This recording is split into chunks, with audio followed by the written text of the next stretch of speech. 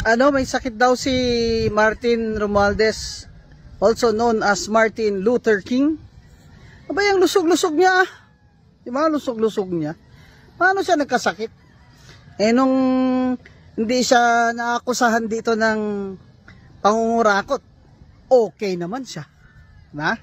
Sarap pa nga ng ngisi-ngisi niya eh. Diba?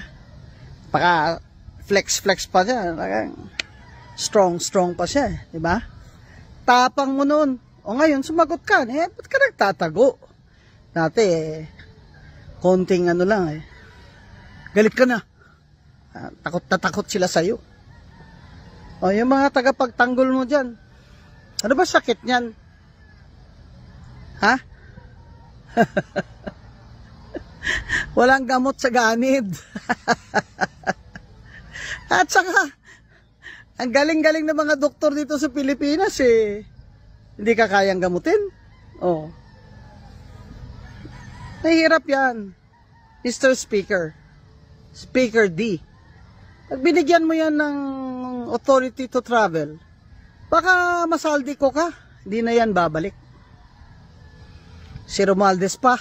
Ang dami kaya sigurong pera niyan tinago sa iba-ibang bansa.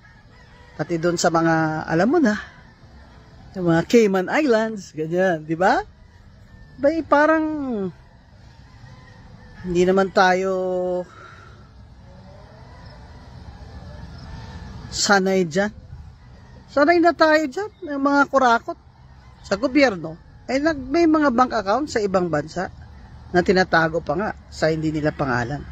So ngayon, ay sakit ka na. Alam mo, Martin Romualdez,